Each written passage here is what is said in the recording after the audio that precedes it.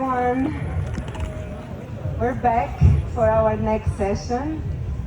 And I think I personally need some energy from all of you to start the next session. So are you here with us to continue our research on radical love and oneness?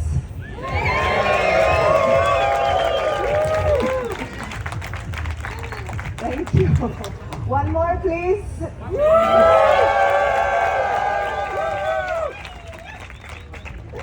So I'm very excited to introduce the next speaker. Maybe some of you were here for the opening of Liminal Village. Someone was here? A few of us, okay, because the next speaker was also part of the opening and she delivered a very powerful spoken word performance and many people got very touched. So she's here to continue her offer for us. And she comes from South Africa. She's a social justice activist, a poet, a decolonial dialogue facilitator, an author, and the founder of Learning to Unlearn. In her presentation, she will share her perspective on how to move collectively towards the oneness that we are all here for. So please give a very warm welcome to Ashanti Kunene, When Oneness Makes Sense.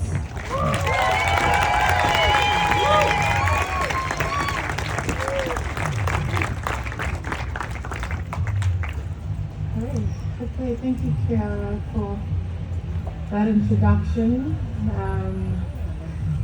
Greetings, beloveds. Greetings. Thank you all for making time to be here today. Please just take a moment, take a breath to settle in and be fully present here with me today. I need one of those. You know not how profoundly blessed you are about to be by the universe. That I am even sitting here before you today is a very, very big deal. But for now, congratulations. You have all been chosen to receive this blessing by the divine feminine fire that moves me, leads me, guides me. And I say congratulations to you because you are officially the first group of people that get to receive sacred spoken seeds of divinity from me.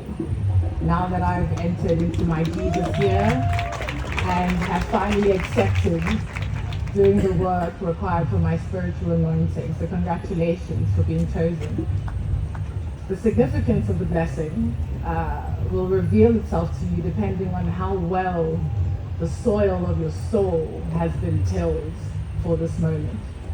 Some of you will understand it immediately, some of you will understand it in a few months, others in a few years from now, but my prayer is that the sacred spoken seeds of divinity I bring to you today will find root in your spirit and bear soul fruit for your life, so that you may have your thirst quenched when there is no water, and that you may have your hunger satiated when there is no food. And I want to thank Mel, she's here, for her workshop the other day, because my original intention for this talk was to unpack the thematics of the poem that I performed the opening ceremony. But during her thematic movement body workshop, I received a download. And so since yesterday, I haven't really slept in time to put this in some coherent form to share with you. And so I've also been trying to find the courage to share what I've been given.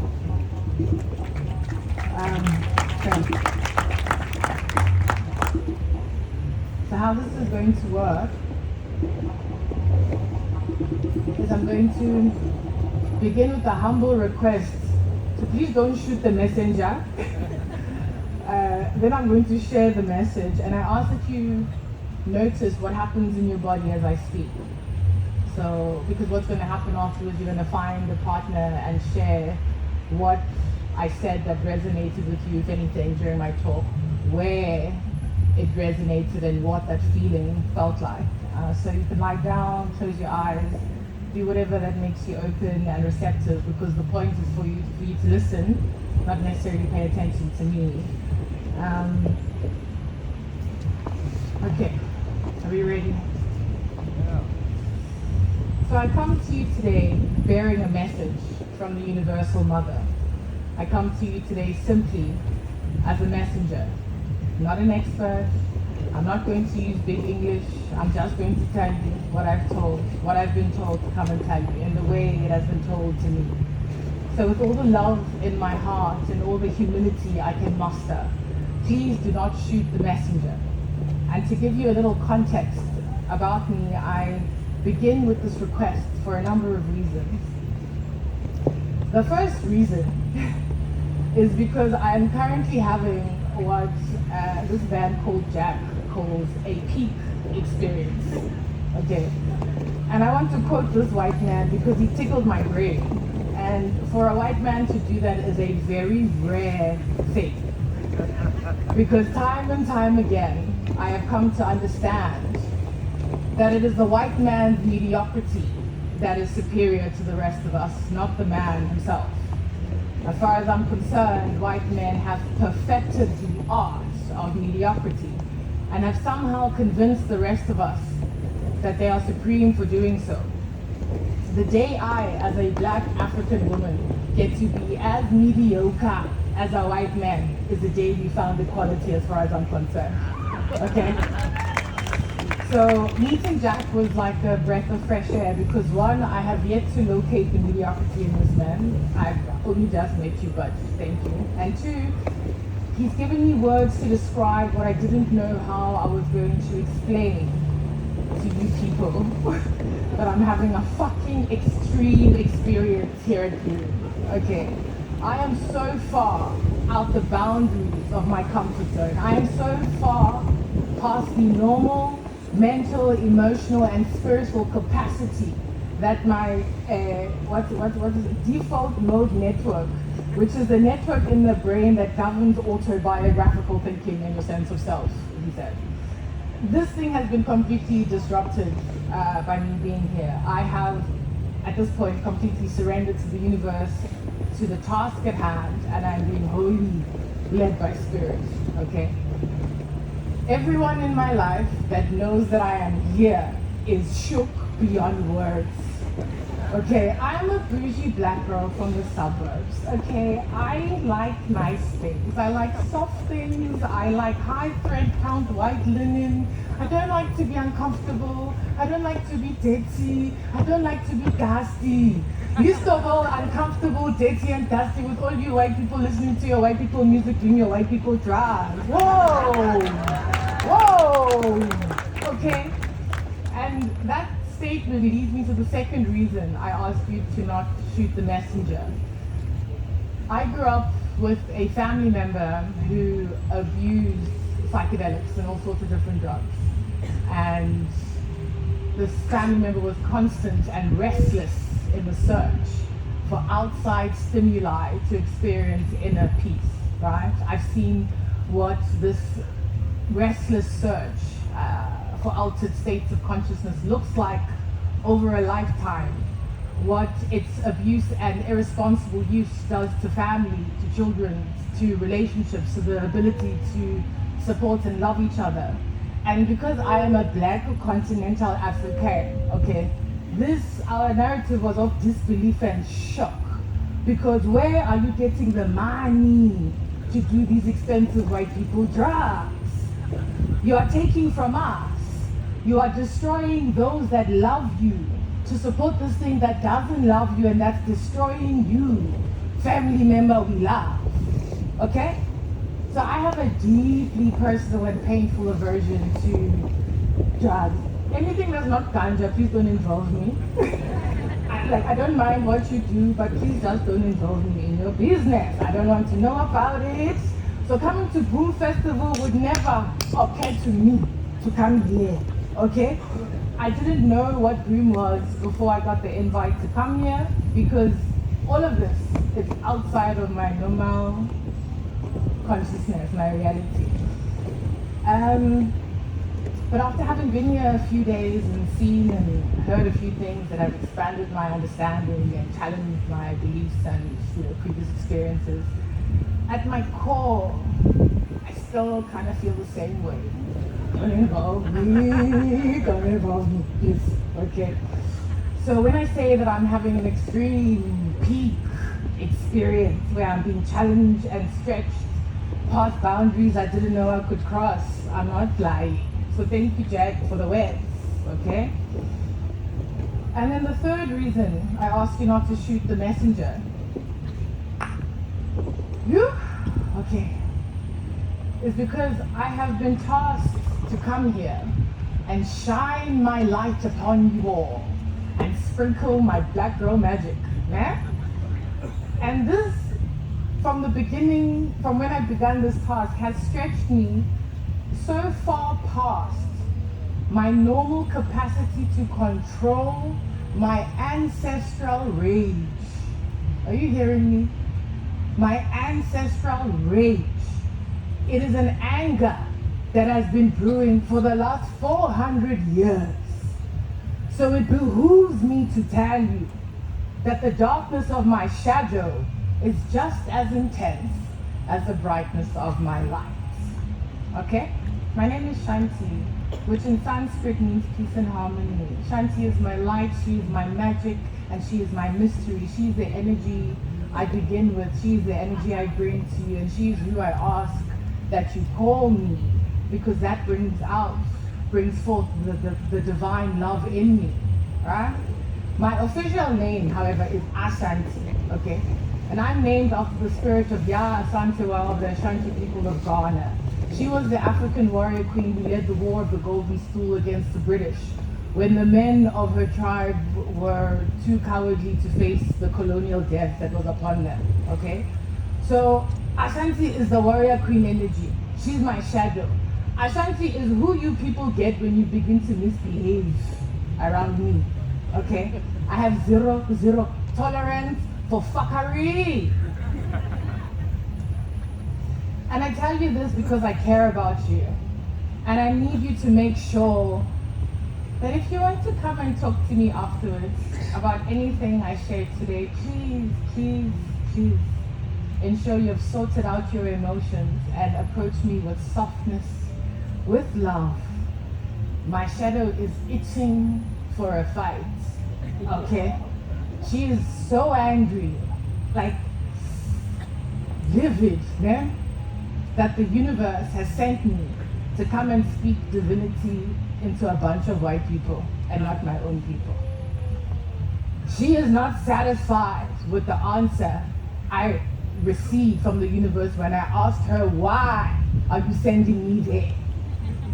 Why is it that my work has to focus on helping white people find their humanity again instead of helping my own people refine their strength? Why is that?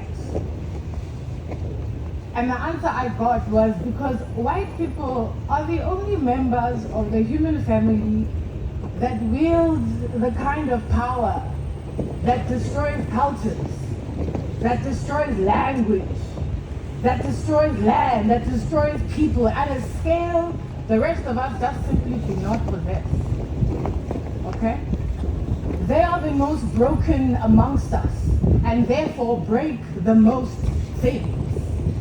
Theirs is an urgent spiritual problem to be solved for the sake of us all. This is what I was told. And I'm still processing how I feel about that, because why must I care? Who am I? Who are you? I don't know you people. You don't know me. I come from so far away. This is your land. I'm from the motherland. Okay? And so it is important that I ask Ashanti, please don't shoot the messenger, because Ashanti is daring you to try me. I'm daring you. Come do it. See what happens. See what happens.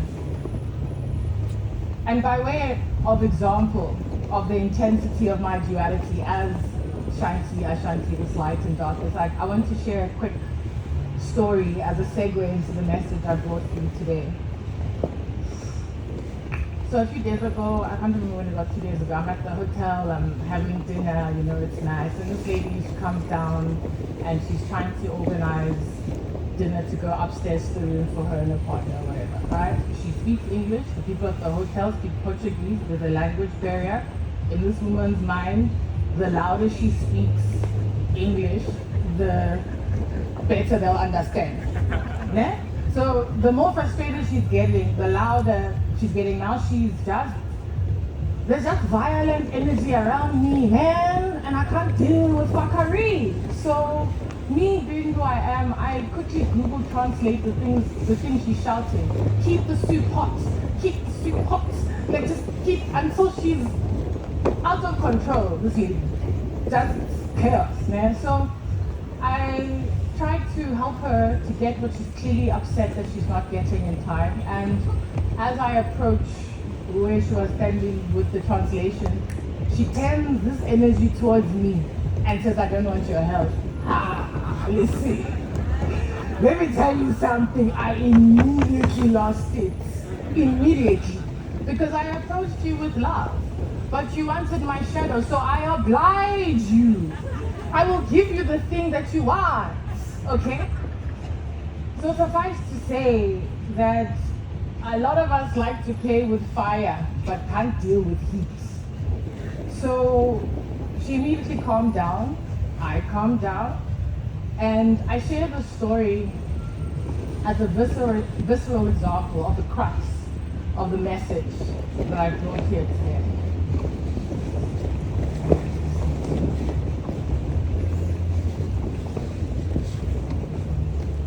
So, beloveds, self-mastery is now a non-negotiable of human existence for the times we are in. Your emotions, your feelings, your individual trauma stories are semantic issues compared to the existential crises we are facing and the generational task at hand. Okay, I'm going to say that again. Self-mastery is now a non-negotiable. Okay? We are alive in a time where we are no longer allowed to hurt others because we are hurting. Your trauma, your pain, no matter what it is or how it came to be, it's valid as is, I'm sorry, but it does not give you the right to mistreat other people, to be violent, to be disrespectful. It does not give you the right. As people, officially, we are all broken, okay? We all have our own shit to deal with. You cannot expect other people to tolerate your violent energy just because you don't know how to deal with life. You don't know how to process the existential crisis we are facing. You are overwhelmed by the generational task. So what? So what? Being in pain does not justify you hurting others. Your trauma does not give you an excuse to behave like a piece of shit. It just does not. Really not. Be kind. Be caring. Be useful. And if you can't do these things, just sit down. Please, just deal with yourself. Figure out why you feel the way you feel before you go out into the world with violent energy. Because you are alive. We are alive in a time where this behavior is no longer acceptable. Okay? It's no longer acceptable, babies. My babies, it's no longer acceptable. All of you chose to come here. Your spirits all chose to have this human experience and to be bound by natural law. And so it is important for you to figure out why you made this decision in the first place. And for you to figure out quickly. Not knowing your purpose on this earth is akin to not knowing who you are. And if you do not know who you are more likely to transgress natural law. Natural law, non-adherence to natural law leads to death. Okay? Divinity lives in harmony with nature. Divinity does not dishonor nature. Find your purpose, and you will find out why you have been designed as divine. This message of personal self-mastery is particularly, especially directed to those of you who are in leadership positions in the world. If you are in charge of leading others, beware the path. Beware the path. At a karmic level, at a spiritual level, like it, don't like it, accept it, don't accept it, you are held to a much higher standard of accountability than those who do not lead others. Okay? Walk your talk. And if you cannot walk your talk, stop talking and sit down. Stop talking and sit the fuck down.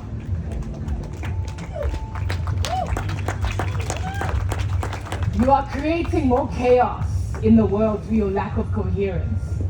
And as a side note, this is the work that I do, teaching leaders how to make sure that there's coherence in the things that they say and the things that they do. You must walk your ally talk, okay? All about diversity, what? Walk it if you're going to talk it.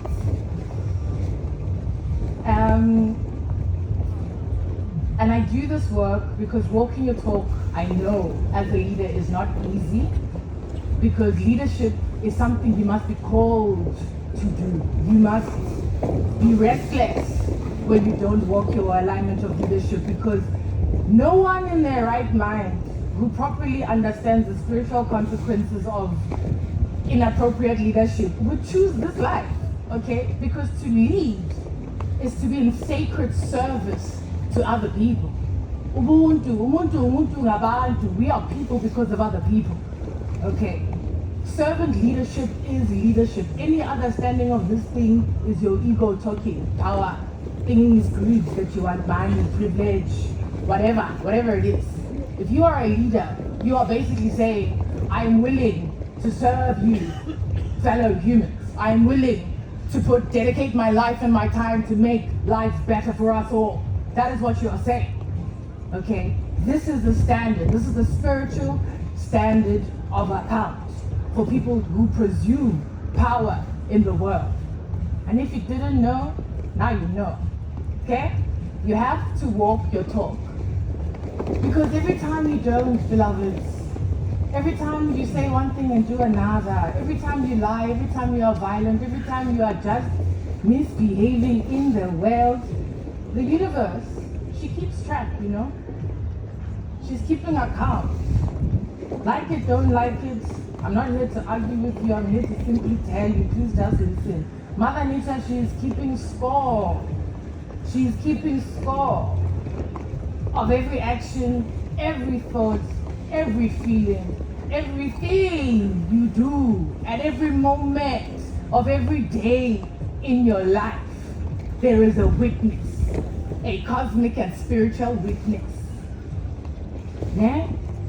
You cannot lead others if you cannot lead yourself. And it is disrespectful to the divinity in all of us to think that any of us can lead anyone without doing the appropriate work. Pull yourself towards yourself, fold yourself.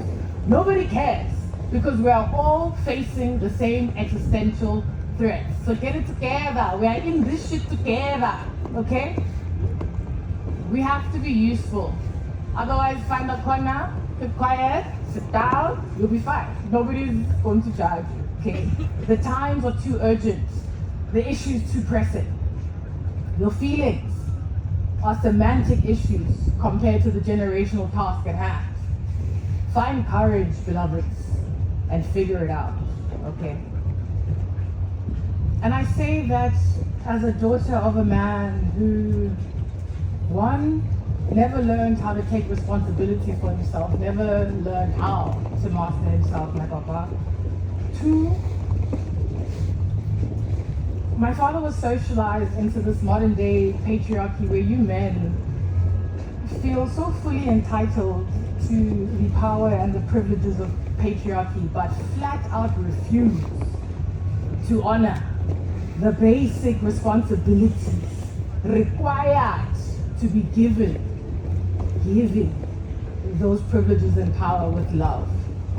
Men nowadays take these privileges and power with hate, and this thing must stop, okay? And as a side note, just to explain what I mean by men being given the privileges of patriarchal power with love, which is an entire talk on its own, but what I've come to understand about the divine dance between masculine and feminine is that modern man has become drunk with power they've borrowed from us and have consequently forgotten their place in the world. Your purpose, beloved, as the masculine is to serve me. My purpose, beloved, as the feminine is to please you. And when we get this dance right, and if we do it properly, life becomes heavenly. There is nothing pleasurable on this earth that any man can enjoy that is in not one way, shape, or form tied to him having been in loving service to a woman. And in equal measure, there is no pain or trauma or strife that man suffers that is in not one way, shape, or form tied to his violation of woman. That's a side note, different talk, another time. Okay? Bring it back.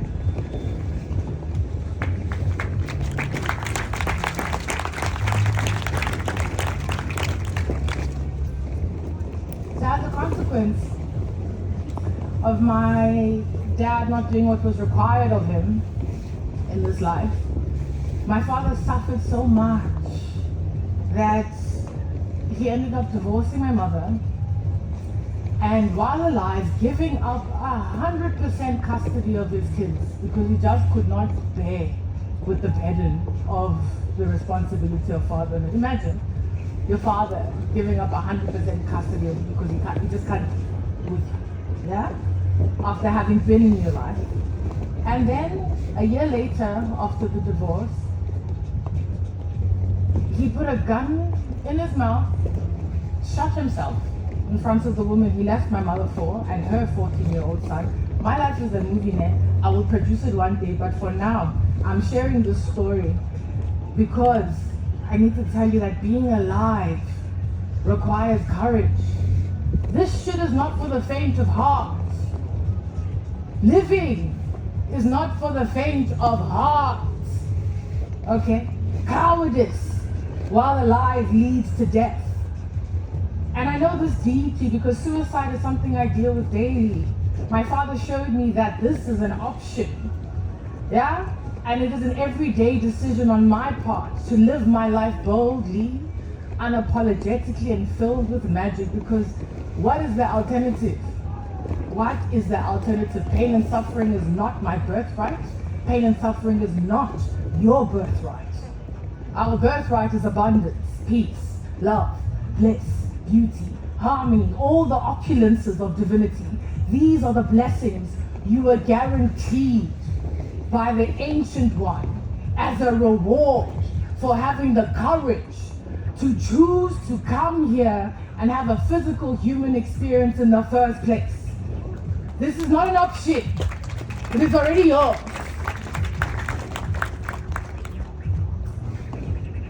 So which leads to the second part of the message I have for you today. Find courage, beloveds. Find courage, because the alternative is death.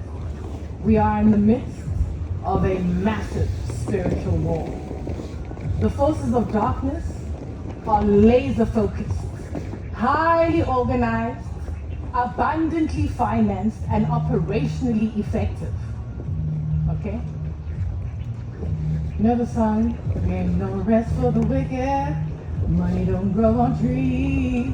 These people are busy bees. Okay? And the forces of light are at boon, as we should be. Okay? But we are having now enjoyment. We're escaping, not really loving each other. We talk one love, jobless. We talk one love, but we don't walk it. We're leaving room for the dementors of this world to do more damage because we don't actually want to deal, not really. We're much more ready to seek external stimuli to reach internal peace, to feel loved. And I've been sent here to remind us all that everything we are seeking is already within us. We came with it. We don't need the armor we put on that we think will protect us in this war. We don't need the weapons we wield that we think will make us peaceful. We don't need the fear of being loved. And I pray that we find the faith to believe that we are so loved, so incredibly loved by the universe, that yes, even though now we are being asked to put down our weapons and take off our armor in the midst of war, just be still. Be still and know that I am God. Know that I love you enough to protect you so you can let go of your fear. Put it down, take it off, turn around, face death. And there you will find unconditional love. There you will find the things that you seek. You cannot love if you are constantly wielding weapons of mistrust in anticipation, in daily anticipation of the worst being done to you. So you are asked to reflect, reassess. What is your emotional, mental, spiritual starting point in your daily life? Is it fear or is it love?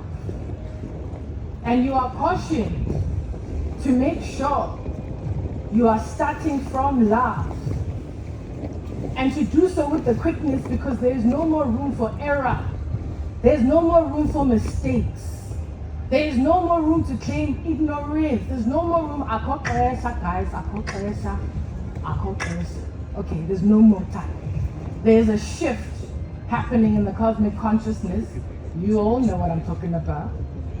Pluto has now moved into Aquarius, and I'm an Aquarian woman, so as far as I'm concerned, you are now in the age of Ashanti, okay? And you know how it is always darkest before the dawn. It is always darkest before the dawn. Shit always seems to get worse before it gets better, okay?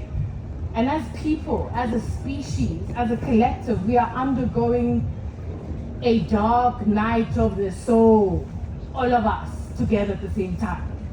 We have come to a very dark crossroads where we have to decide not who we want to be, because we are all of us, sacred drops of divinity made manifest in blood and flesh.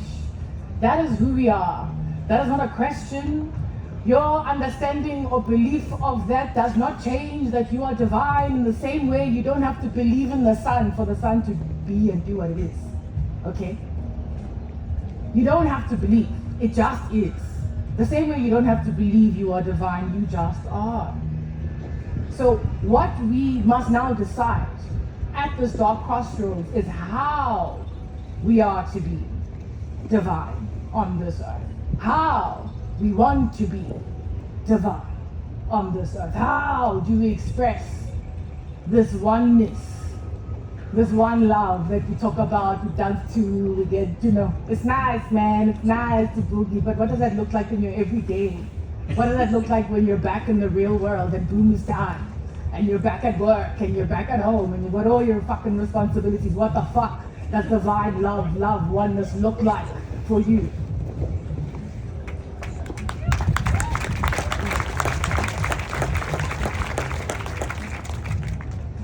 Times of war and chaos and great change are already upon us, and you all need to know how to be peaceful during chaos. We no longer have the luxury of time to take the scenic route to enlightenment, to take the scenic route to higher states of consciousness and spiritual alignment with one's divine purpose. All that you need, all that we need is within. Go there, start there, be there, all is there already. That is the straight line between A and B. Your breath is the speed dial to divine power. Breathe in and you're already powerful. Breathe in and you already have fucking peace. Come on. Any other route is more fun. It takes longer, but I'm here to tell you that the long route for those that are awakened is now deemed spiritually irresponsible behavior. Free will allows you to choose. Times are changing and many will perish. So let us not be those who will be caught unprepared. Let us make sure we all have extra oil for our lamps. Let us learn how to be at peace with the fire that burns within us. That is the sacred divinity within us. It is the creative force of the universe. It is life. And where you find life, you find all that is divine. All the peace and love and joy and bliss that we seek is already there. So go find out what you need for you to be able to just be still and know that you are God. What is it going to take for you to be still? Morality, goodness, badness, these things are fluid, yes, but natural law is absolute. Natural law does not choose the consequence, you do. You are that which you are. Energy attracts like. An internally chaotic, violent, hateful person cannot experience these things in his life. It's just not going to, it doesn't work this way, okay? So please, lovingly with yourself, kindly with yourself, slowly, intentionally, reassess, reflect on your waking starting points. How are you behaving? How are you thinking? How are you feeling every day? Are these things coherent within yourself? Reflect on your divine nature, beloveds. Get into the habit of expecting goodness, love, magic every day in your life. You are all the chosen ones. Be blessed and beware the path. Please allow these sacred seeds that are brought here today to grow and flourish within you. And with that, I thank you for listening. And let us each find prayers.